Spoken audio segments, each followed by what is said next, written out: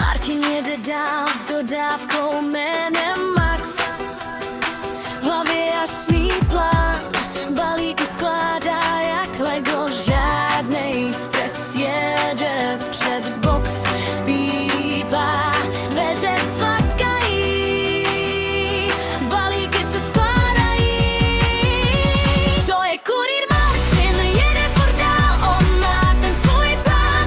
Jede jako pán, v hlavě svůj žár, na každém místě nechá svůj pracovní žár. Je to kurýr, co tu práci dává dál. Vydejní místa, checklist, každý rozná jak Tetris. Někdo spí, neloví kiláky ticho v ulicích, jen jeho výfuky, telefon zvoní, změna trasy, dýchej klid, žádnej stres, žádný hlas paruce, jo. I když je psáno každý špatně, v realitě maká fakt přesně, že je sprcha, zima, hry, prsty zmrzlý, čas zas běže, ale úsměv drží jak pás. Na konci neví, že to stálo za ten špás.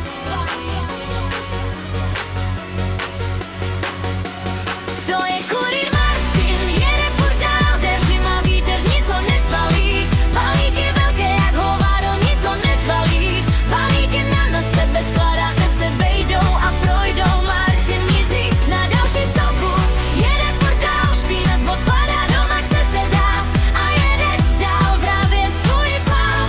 Na každém místě nechá kus svého humoru, je to kurýr, co tu práci dává dál. Kolik přes má v hlavě, kdo ví, kolik men a kódů mu v hlavě zní. Když město spí, on jede jak stroj, nebo včelí roj. Je to kurýr Martin, jeho směna je boj.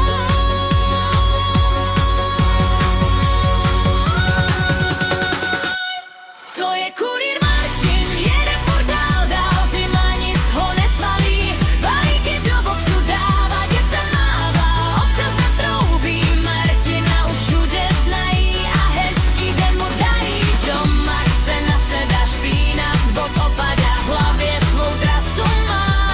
Na každém místě nechá kus sama sebe, je to kurýr, co tu práci dává dál. Martin ten má svůj plán a dává to dál.